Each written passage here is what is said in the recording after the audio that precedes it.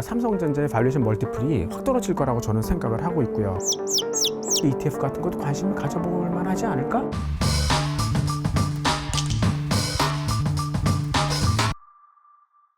교수님 말씀은 치포동맹 같은 미국을 중심으로 한 아시아 국가들이 중국을 배제하는 움직임이 오히려 중국의 반도체 기술을 키워주는 촉매제 역할을 할 수 있다, 이런 말씀이신 것 같습니다.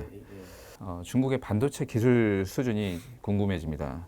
최근에 워낙 보조금을 많이 준다고도 하고 있고 국가적으로 육성을 하다 보니까 배터리나 혹은 디스플레이 같은 산업처럼 세계 시장을 석권할 수 있지 않겠느냐, 다만 그 시기가 언제냐, 이런 얘기가 나오는 것 같은데요.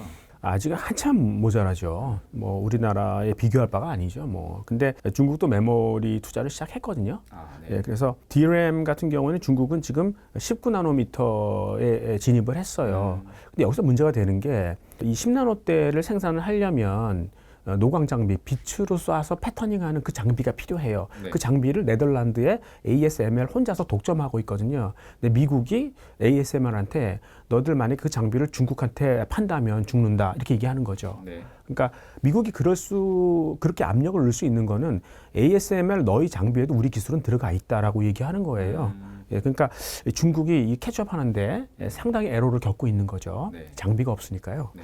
삼성전자 같은 경우에는 이미 14나노를 양산하고 있고요. 그리고 12나노, 13나노를 준비하고 있으니까 갭은 한참 벌어져 있어요.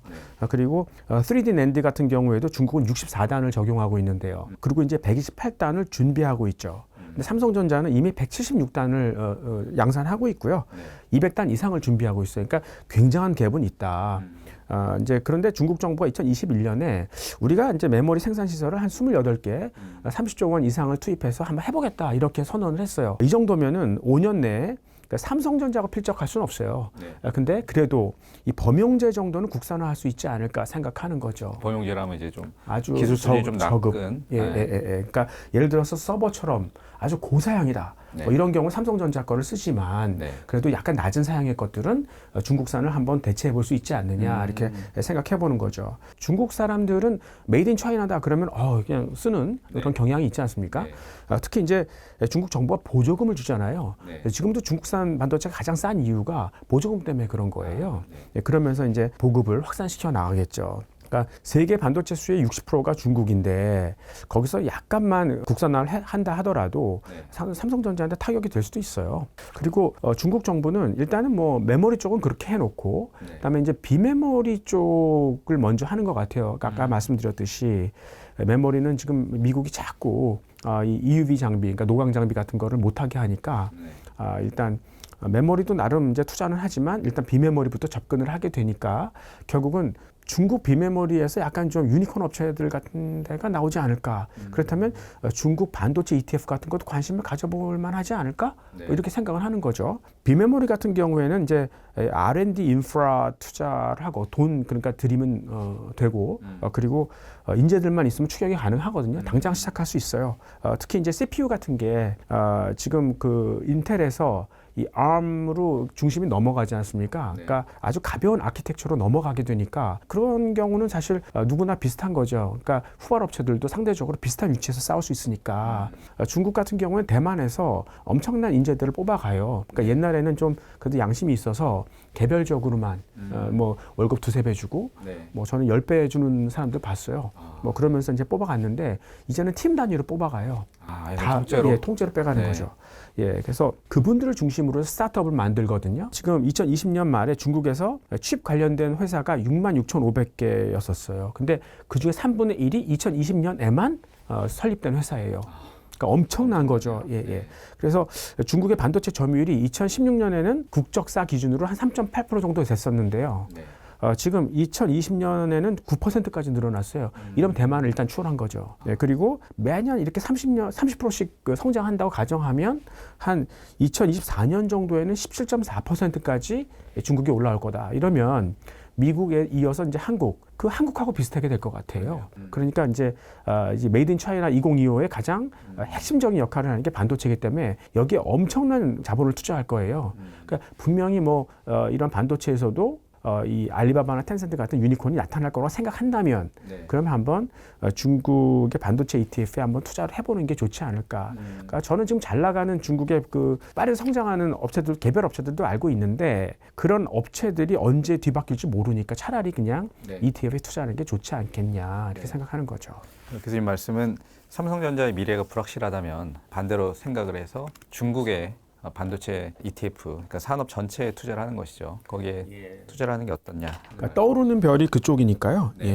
그렇습니다. 삼성이 메모리 반도체 분야에서는 워낙 독보적이긴 한데 기술적으로요. 이 비메모리 반도체 쪽에서는 아직도 잘 못하고 있는 것 같습니다. 이재용 부회장이 2019년에 그 TSMC를 잡고 세계 1등이 되겠다라고 비전을 밝힌 지가 벌써 3년이 넘었는데요. 어떻습니까? 근데 그때보다 지금 오히려 더 TSMC하고의 격차는 더 벌어진 것 같고 삼성의 비메모리 반도체는 왜 잘 안 되고 있습니까? 일단 비메모리는 설계 분야가 있고 이제 생산, 그러니까 파운드리가 있는데 설계는 워낙 그 선도권 업체하고 갭이 많이 벌어져 있죠. 그러니까 뭐 ARM이라든가 엔비디아, AMD 그리고 뭐 인텔 뭐 이런 데하고는 이제 사실 상대가 안 되죠. 근데 그래서 이제 삼성이 한꺼번에 따라잡을까? 그래서 ARM이나 AMD 같은 데는 인수해 볼까? 뭐 이런 생각도 했었죠. 그리고 이제 이 비메모리 설계는 일단 창의적인 인력이 있어야 돼요. 근데 우리나라 사람들은 제가 개인적인 어떤 주관적인 생각일지 모르겠지만 뭐를 자기가 어떤 주도권을 쥐고 뭘 생각해내는 이런 쪽의 습관은 잘 안 돼 있는 것 같아요. 예전에 이제 농경사회 아니었습니까? 그러니까 사실 농사라는 게 하늘에 맡겨야 되는 부분도 크고 또 워낙 주변에 강대국이 있으니까 뭘 해도 통제 불가능한 것들이 많아서 그런지 하여튼 위를 자꾸 쳐다봐요. 그래서 임금님 욕을 하고 이런 부분이 사실 이 새로운 부가가치를 만드는 지금 같은 경우에는 잘 어울리지 않는 거죠. 그리고 이제 이건 어떤 과학자의 말인데 미국 같은 경우가 이제 그 대학의 구조를 보면은 이 뭐 아이비리그 쪽에 있는 그런 탑 클래스의 대학들이 기초과학을 하는 거예요. 그럼 그 과학을 받아서 그 세컨 티어에 있는 대학들이 엔지니어링을 하거든요. 근데 우리나라 교수들이 미국 그 탑 클래스에 있는 대학에 유학을 가더라도 박사 과정은 그건 엔지니어링 제 마지막 단이기 때문에 엔지니어링 한다는 거예요. 그러니까 그 한국에 와서 가리키더라도 엔지니어링을 가리킨대요. 그러니까 그 엔지니어링이 과거에 우리나라가 다른 나라를 선진국 기술을 모방해서 빨리 캐치업하는 그런 카피캣으로 역할을 했을 때는 되게 효과적이었는데 지금은 없는 걸 새로운 걸 창조해야 되는 거잖아요. 그런 경우에는 그런 엔지니어링이 별로 도움이 안 된다. 기초 과학이 필요하다. 뭐 이런 얘기를 하고, 그러니까 그분이 이제 바이오 쪽 전문가였었는데. 지금 우리나라 뭐 거래소가 바이오 업체들을 엄청나게 상장시켜 줬잖아요. 5년이 지났는데 성과가 없어요. 그러니까 이런 이유가 바로 그런 것이다. 뭐 이런 거 한탄을 하고 있더라고요. 그래서 이제 또 새로운 부가가치를 만들려면 뭐 비메모리 쪽에서도 결국은 이 조직이 작은 단위에서 이루어져야 돼요. 그러니까 창조라는 것은 내가 주인이 돼야 되는 거 아니겠습니까? 근데 우리나라 재벌들 보면은 이 조그만 업체들의 어떤 기술을 자꾸 뺏으려고 그러죠. 그러니까 우리 우산으로 들어와라. 그리고 결국 다 뺏어버리고. 그러니까 이런 경우에서는 어떤 그런 창조는 나오지 않는다. 바뀌어야 된다라고 생각하는 거고, 사실 정부도 약간 좀 비협조적으로 했었죠. 그러니까 지금 삼성전자가 수년금이 한 100조 원 가까이 있지 않습니까? 네, 그거 갖고 아까 말씀드렸던 뭐 ARM이나 엔비디아 같은 거 투자해야 되는데 사실 뭐 야 갑자기 너희들 지배구조 순환 출자 그거 끊어 이렇게 되면 그 돈으로 빨리 자사주사해야 돼요. 그리고 우호적인 곳에다가 파킹시켜야 될 거 아닙니까? 언제 그렇게 될지 모르니까 돈을 못 쓰고 있는 거죠. 투자를 못 하고 있는 거죠. 그러니까 정부가 빨리 교통 정리를 해줬으면 좋겠는데 하는 그런 아쉬움도 있고요. 그래서 이제 이 비메모리 생산 쪽부터 한번 해보자. 그래서 이제 이재용 부회장도 말씀하셨다시피 한번 2019년에 그 TSMC를 제치고 한번 우리가 뭐 세계 1위를 해보자 이렇게 했는데 3년이 지난 지금 뭐 TSMC의 점유율은 46%에서 54%로 그러니까 물론 이제 이재용 씨 자신도 지금 감옥 가고 그랬었으니까 그걸 일할 만한 형편이 못 됐겠었죠. 근데 그걸 제쳐놓고 한번 그 이유를 따져보면 첫 번째로 비메모리에서 힘든 게 뭐냐면 애플의 경쟁자가 된다는 거예요. 그러니까 2010년 초반에 사실 애플이 우리한테 삼성한테 이제 주문을 줄 때 낸드 플래시 메모리 D램뿐만 아니라 CPU도 같이 해라 일체형으로 줬었어요. 근데 삼성이 갤럭시를 하는 거예요. 근데 의외로 잘하는 거예요. 네. 이거 경쟁자 되겠는데 이렇게 생각하는 겁니다. 그러니까 야, 경쟁자한테 사실 CPU를 보여줄 수는 없잖아요. 그렇죠. 거기에 자기 핵심 로직이 다 들어가 있는데 네. 그러니까 그때 CPU를 빼가지고 이제 TSMC한테 준 거거든요. 그러니까 지금 이렇게 휴대폰을 하는 대가로 결국은 비메모리를 포기한 거나 마찬가지였다라고 생각하고 이제 두 번째로는 이제 비메모리 생산은 거의 다 이 기능성 맞춤형 생산이에요. 그러니까 되게 아주 디테일한 아주 자세한 스펙들이 다 녹아 있는 거죠. 그러니까 그거는 많이 해보지 않고는 힘든. 그러니까 삼성도 이거 단번에 따라잡기는 어렵고 많이 해봐야 된다. 그래서 시간이 필요하다. 뭐 이렇게 보는 거죠. 그러니까 메모리 같은 경우는 지금 잘하고 있지만 그 메모리는 대량 생산에 적합한 상품이고, 그렇죠. 예, 그러니까 CPU 같은 비메모리는 맞춤형 소량 생산하는 것이 다품종 중요한데, 소량 생산이죠. 네. 예, 그게 약간 좀 경험이 많이 필요하다 이거죠. 네, 시간이 좀 걸리겠네요. 네네. 삼성 하면 뭐 반도체도 당연히 유망하지만 다양한 전자 사업들을 하고 있습니다. 가령 디스플레이 같은 경우 시장에서 새로운 가능성을 좀 발견할 수는 없을까요? 저는 디스플레이 기대를 하고 있는데요. 그러니까 네. 반도체처럼 엄청난 투자가 필요하지 않기 때문에 그냥 이거는 선발 업체가 후발 업체에 대한 차별성은 되게 만들기 어렵고, 그러니까 시장이 쉽게 레드오션화 되고, 네. 그래서 수익성도 굉장히 낮은 뭐 네. 그런 산업으로 이렇게 인식되는 거죠. 네. 근데 비대면 활동이 많아지지 않습니까? 네. 그럼 다 디스플레이로 보여줘야 되는 거 아니에요? 그렇죠. 그리고 요즘에는 또 AR, V까지 들어가니까 굉장히 고기능화되고 고부가화가 되는 거예요. 네. 예, 그래서 이렇게 디지털 세계로 들어가면 반도체뿐만 아니라 디스플레이에서도 상당히 수익도 높은 그런 수요들이 많이 생길 수 있다. 이렇게 기대할 수 있는 거고, 특히 이제 이 디스플레이에 나노 소재가 들어와요. 이제 디스플레이가 더 다양화되고 더 고급화될 수 있다. 이렇게 생각하는 거죠. 나노라는 말은 10억분의 1이지 않습니까? 네. 그래서 나노미터, 그러면 굉장히 초미립자죠. 근데 그 미세 입자가 빛이나 에너지를 받으면은 퀀텀 점프를 해요. 그래서 이 에너지가 이제 증폭되는 거죠. 네. 그러니까 이제 절전이 가능하고, 네. 또 그 파장을 굉장히 다양하게 우리가 조절할 수 있어요. 그러니까 색상을 아주 편하게 편집할 수 있는, 그래서 디스플레이는 아주 적격이죠. 예, 근데 문제는 뭐냐면 그 입자를 나노 상태로 유지하기가 쉽지 않은 거죠.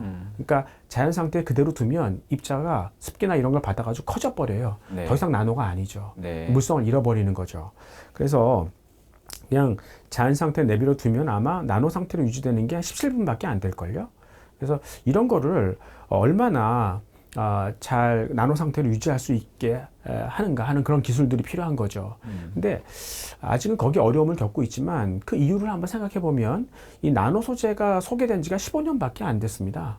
그러니까 뒤집어서 얘기하면 시간이 좀 더 지나서 연구가 되어지면, 리서치가 더 되면 충분히 여기서 문제 해결 방안들이 많이 생겨날 수 있다. 이렇게 볼 수 있는 거죠. 그래서 여러분들이 투자할 때도 한번 나노 소재를 이 신성장 분야로 생각하고 한번 관심을 가져보는 게 좀 필요하다. 이렇게 생각이 되고 있고요. 또 나노 소재 같은 게 이 반도체 소재로도 연구가 되거든요. 네. 그러니까 삼성전자가 잘할 수 있는 거죠. 그래서 예를 들어서 그래핀 같은 걸 보면은 그래핀은 굉장히 그 전자 이동 속도가 빨라요. 참 좋은 그 소재거든요. 근데 이 금속성을 갖고 있기 때문에 전기를 그냥 통과시켜요. 도체라고요. 네. 반도체가 안 돼요. 근데 이 삼성 종합기술연구원에서, 그러니까 종기원이라고 그러죠. 종합기술원. 네. 거기서 이 그래핀에다가 댐처럼 에너지 배리어, 그러니까 장벽을 만들었어요. 장벽, 그 댐을 조절하는 거죠. 그래서 어떨 때는 통과시키고 어떨 때는 막고. 그러니까 이 그래핀이 굉장히 좋은 물성을 자기네들 어떤 장치를 마련해서 그걸 반도체로 사용할 수 있게 된 거죠. 그래서 이런 방법들이, 그러니까 나노 소재를 이용하는 방법들이 서서히 나오기 시작한다. 그러니까 그거를 삼성이 잘할 수 있다라고 생각한다면 아마 이 삼성이 반도체나 디스플레이에서 나노 소재를 이용해서 한 번 더 기회를 가질 수 있는 부분이 있지 않을까, 네. 포텐셜이 있다 보고 있습니다. 그 디스플레이 같은 경우는 사실 중국이 워낙 요즘 잘하고 있고 시장이 이제 기술적으로 낮아지는 거 아닌가, 아까 말씀하신 대로 레드오션화 됐다고 생각을 했었는데 교수님 말씀 듣고 보니까 이 나노 소재를 이용한 신기술을 적용한다면 네. 고부가가치 산업이 또 될 수도 있겠네요. 충분히 될 수 있다고 네. 생각하는 거죠. 네. 네.